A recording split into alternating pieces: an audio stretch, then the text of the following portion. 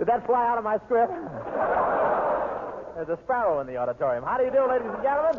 This is Bob broadcasting for future civilians at the Santa Ana Separation Center, California Hope. Yes, sir. Well, here we are at Santa Ana. In just 3 days, these fellas will have their discharge. A discharge. That's a little piece of paper that changes the lieutenant's name from Sir to Stinky.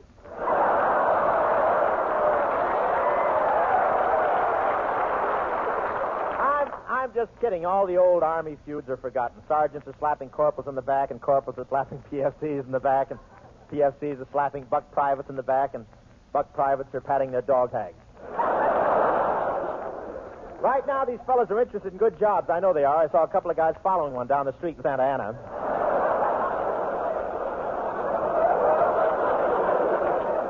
And one Air Force colonel got out and bought a farm. He'd been in action so long, every morning before the chickens started laying eggs, he called them into the chicken coop and briefed them.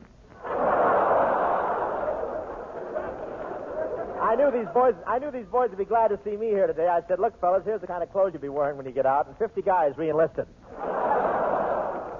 I saw some of these fellas shopping for clothes in Hollywood, and they're used to getting stuff from a supply sergeant. The clerk had to throw the suits on the floor before these guys would try them on.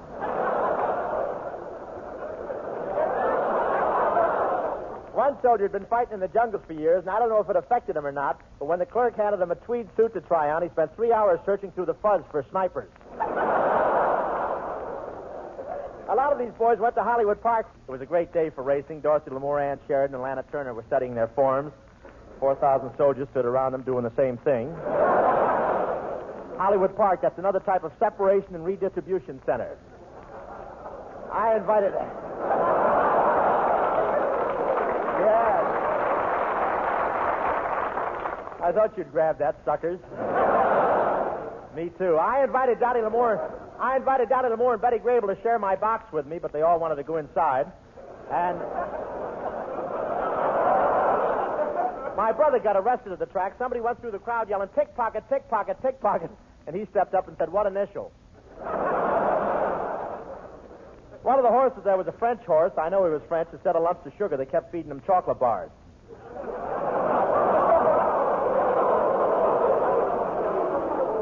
Boys are from the Pacific, huh? I put $2 on one horse's nose, but he kept grabbing it and using it for Kleenex. The horse I bet on was head and shoulders above the others, and why shouldn't he have been? The jockey was carrying him. I won't say how old my horse was, but when the jockey climbed down, the horse said, are we going through Lexington or Concord?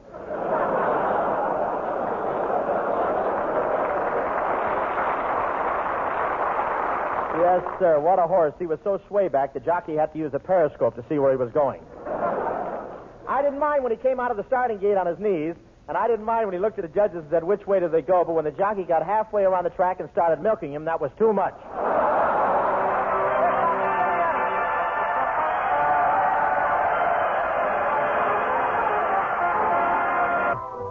It's been a long, long time, but tomorrow I'll be out of this separation center. And I just found out my girl Francie is waiting for me at the front gate. Boy, it sure is foggy out here. Oh, there she is. I'll sneak up behind her and give her a big kiss. Margie's got you. Oops, I thought she needed a shave. Here I am, Robert. Oh, hello, baby. Have you been sitting under the apple tree with anyone else but me? Of course not, Robert, but we had to move. The apples kept falling on our heads. Oh, we? Oh, yes, of course, you and your sister, yes. But just think, Francie, I'll walk out of these gates tomorrow a free man. That's wonderful, Robert. Will your mother be here to meet you? No, she doesn't get out till next week. I told her not to go to OCS.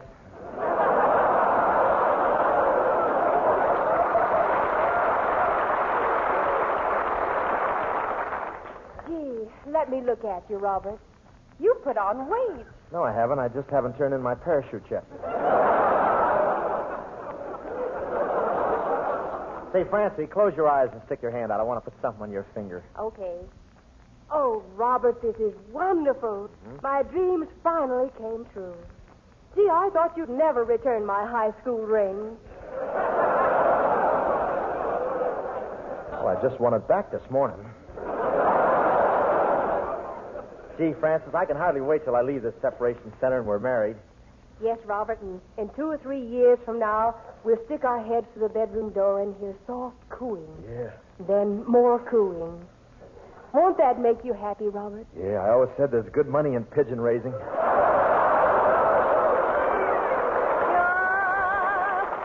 me once, kiss me twice, then kiss me once again. It's been a long... Hello, Francie. Gee, Robert, you sure been at this separation base a long time.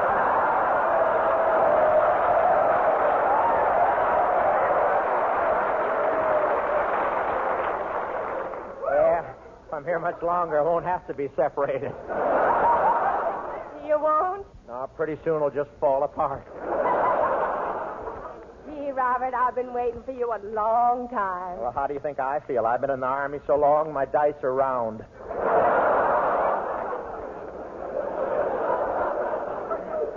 How about a kiss, Francie? Okay, Robert.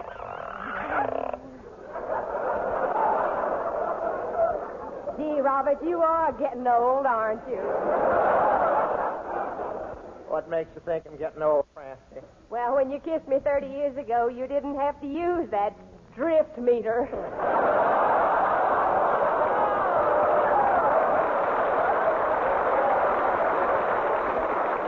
Yeah, but now I gotta find out which way the wind is blowing. Last breeze pulled my pucker inside out.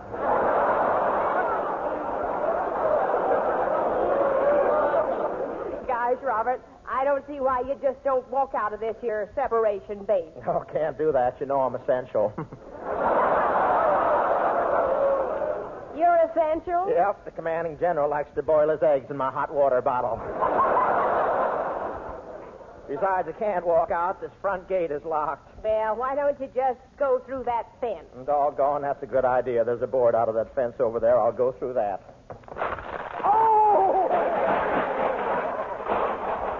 Robert, I thought you said there was a board out of that fence. What happened? Doggone, it turned out to be a crack in my glasses.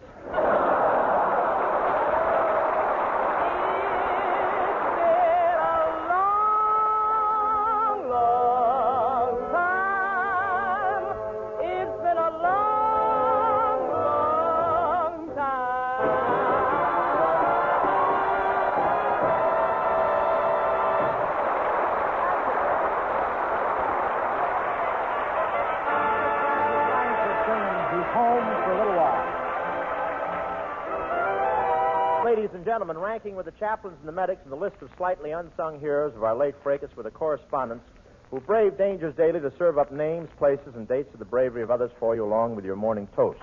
And the photographers who faced death to give you pictures of the toughest action that you could look over at your leisure from the comfort of an armchair. Yes, sir?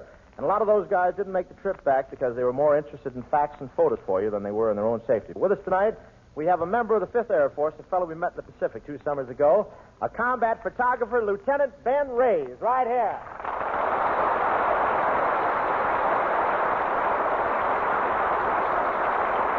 Thanks, fellas, and thanks, Bob. Well, Ben, it's nice to have you with us tonight. Well, I'm certainly proud to be here, Bob, on the top comedy show of the year with the world's greatest comedian. Oh, let's skip that, Ben. Why? After we rehearsed it so much? That clears up one thing for the audience. We really do have rehearsals. Say, Ben, the last time I saw you was down in the South Pacific. We really covered those islands with that plane, didn't we, Ben? I'll say. And it was quite an experience flying with you, Bob. What do you mean? Well, not everyone flies in a plane with their parachute open. Well, it wasn't my fault. I didn't know the pilot was being personal when he yelled jerk. You played most of the islands. Please. When they come, pause, Ben. I'll wait. Ben, when you get a belly, pamper it. You hear me? Don't. Not your type. Go ahead. It's all right. Belly laugh, you know. Belly laugh, old man. Come in. You look great. Thank you. You played most of the islands What in the time South they pump Pacific. you up today? Don't let me. That's all right. I'm sorry. You played most of the islands in the South Pacific, didn't you, Bob? Yes, we played the Marianas, Carolinas, Guadalcanal, New Guinea, Mindanao, Saipan, and the George Marshalls. The George Marshalls? I thought they were the Marshalls. Well, that's the name of my director at Paramount, Ben. I get an extra close-up if I mention him this week. If I can get through. Well, but Ben, Say, Ben, I've talked about myself long enough. Let's talk about you for a second. You know, I'm very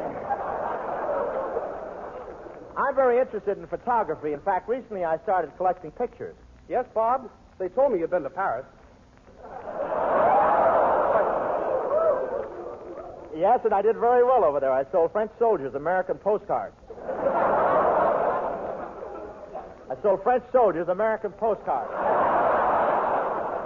That's the last chance I'll give that joke right there. There we are. Hey, but really, I am an amateur photographer, Ben. I've taken plenty of pictures. What's your best shot? 4 the hard way. No, look. No, I'm just kidding. I've got some great equipment. In fact, I've got an amazing projector. Yes, I see it. But I thought you were sensitive about it.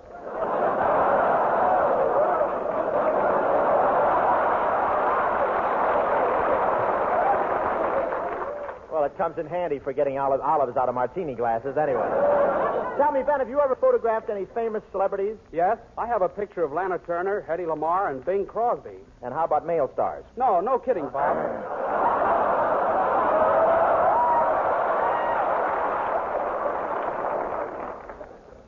No kidding, Bob. I once took a photograph of Bing in a bathing suit. Crosby in a bathing suit? Yeah, what's so surprising about that? I didn't know you went in for group pictures.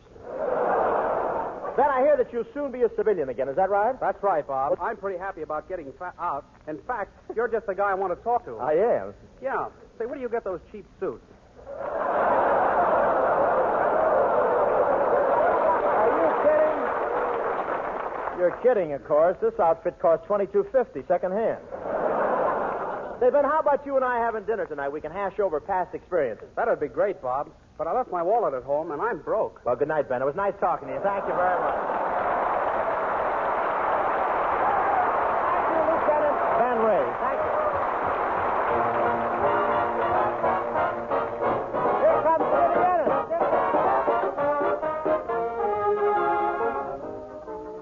Here at Santa Ana, the boys are being released as fast as possible, and of course, there's an excellent employment advisor here in the camp to help them find jobs.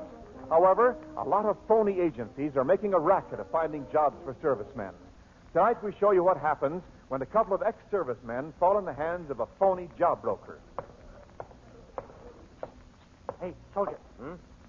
Soldier, you want a job? Oh, I'm loaded. I know, but do you want a job? Cologne, are you a job broker now? That's right, Hope. Just what kind of a job did you have in mind? Well, I'd like something soft. Yes, and how tall? Just a second, Kelowna. I want you to meet my buddy. Hey, Ennis. Kelowna, this is Skin. I beg pardon? I said this is Skin. Yeah, and why don't you put somebody in it? Kelowna, your IQ keeps dropping more every day. Well, I'll get a tighter belt. Well, come on, Kelowna. We want jobs. Look in your file and see what you got. Okay, here's something. 5320 Sunset Boulevard. Husband comes home early. Oops. Wrong file. Well, I want a legitimate job, Kelowna. I don't care how easy it is, but it has to be honest. Oh, well, then I have just the job for you, Hope. It's a pushover. Well, that sounds better. What do I do? Well, every day at 2 o'clock, you get shot out of a cannon with a mail bag between your teeth. And as you pass over Pomona, you hand it to the pilot of a plane on its way to Albuquerque. Kelowna, what happened to the last guy that had the job? They fired him, Hope, for breaking a company rule. What did he do? On the second trip, he got bored and started reading the letters.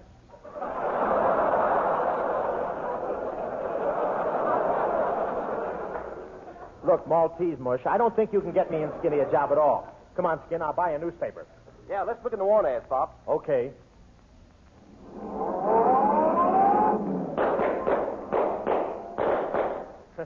That Itchy got away again, didn't he?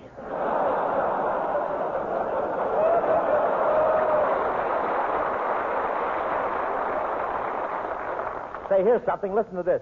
Young men wanted to travel, good pay, room, and board. Let's go. Where is it? U.S. Army Re-Enlistment Center. What is it? Hey, the phone's over there in the booth, Bob. Okay. Hello? You're not very original, are you? All right, hello. Whom is this speaking, please? No, Kelowna, you mean who? Again? Who? Yeah, this happens every time I phone from an owl drugstore. Good news, Hope. Good news. I got a job for you. Do you know anything about parking cars? Of course, Kelowna. Well, park yours in front of the First National Bank right away and keep the motor running. Kelowna, you're not breaking into the bank, are you? Oh, of course not, Hope. I'm just sitting here having a cup of tea with the night watchman.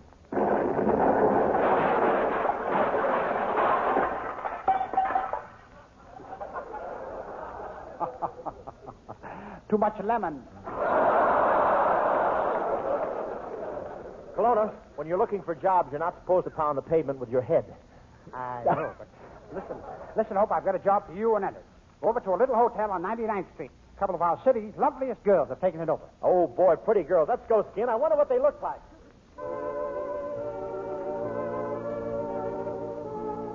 Brenda, what is it, Cobina?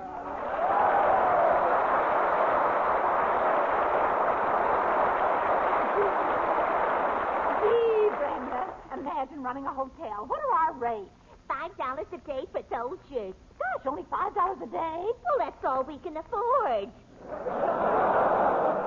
Oh, I just love running this hotel for servicemen. It's so romantic with all these generals and colonels around. Oh, I just love to snuggle up and rest my cheek on their shoulders.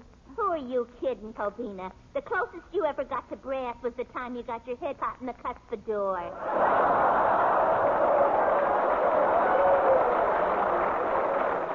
Cobina, what should I do? I just offered one soldier a small room, but he's afraid of claustrophobia. Well, promise you won't bite him. Oh, gee, ain't it lucky we got this hotel, Brenda? How would you like to be still living in the park? Oh, don't mention it. I think those squirrels were beginning to get a little jealous of us. Oh, they're so silly. We're bigger than they are, so naturally we could store more nuts in our cheeks.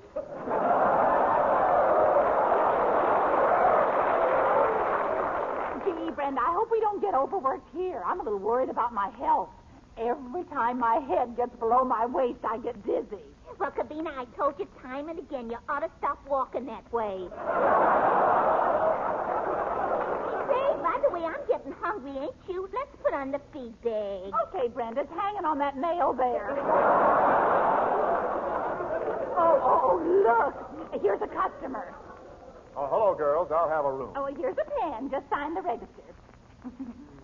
Oh, that's fine. Now let me blot it for you. Cabina, that ain't dignified. Put your hair back on your head. Say, doesn't that bearskin rug look grand in the lobby? Yeah, that's the one I got the time we went on our hunting trip. I don't remember you shooting a bear. I didn't shoot him. Remember, I hugged him to death. Cabina, you should be ashamed of yourself hugging a poor bear to death. Oh, you should talk, Brenda. You know that moose head on the wall didn't walk in here. Well, Skin, this looks like the place. Oh, how do you do? What can we do for you? Well, Brendan, Cabina, I knew they'd close the track, but I didn't think they'd close the stables, too. Well, how's old Hubba Blubber? Are you looking for a job, Bobsy? Well, what's the salary? We let you keep half of what you steal. Say, Hope, did you get the job? Oh, come in, Kelowna. I want you to meet a couple of friends of mine, Brendan and Cabina. Hello, Professor. Dad, we must never use the atom bomb again.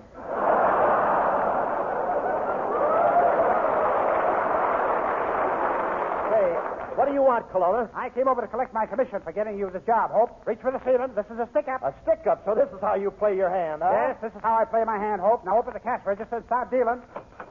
Fine. Now, nobody move for 6 hours. Why do you want anyone to move for 6 hours, Kelowna? I'm making my getaway on the Santa Ana bus.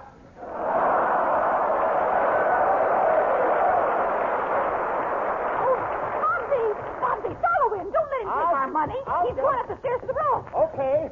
All right, Kelowna, we got you trapped. You can't get off this roof. That's what you think, Hope. I'm going to jump over to the roof of that building across the street. You'll get killed, Kelowna. It's a wide street. You can't jump that far. Oh, no. Here I go.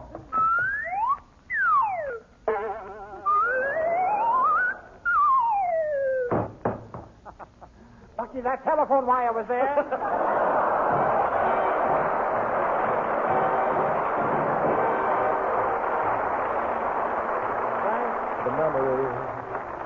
veterans of the air who made freedom their affair, who proved to all our creed can't fall when placed within your care. And we thank you so much, and thanks the memory to each and every guy who helped our planes to fly, each one of you a victory crew that kept our flag on high. And thank you so much. Say thanks to General A.E. Easterbrook, Major Morris Abram, Major Merrill Fiat, and all you men for a swell time here tonight. We're in a hurry, so good night. Thanks very much.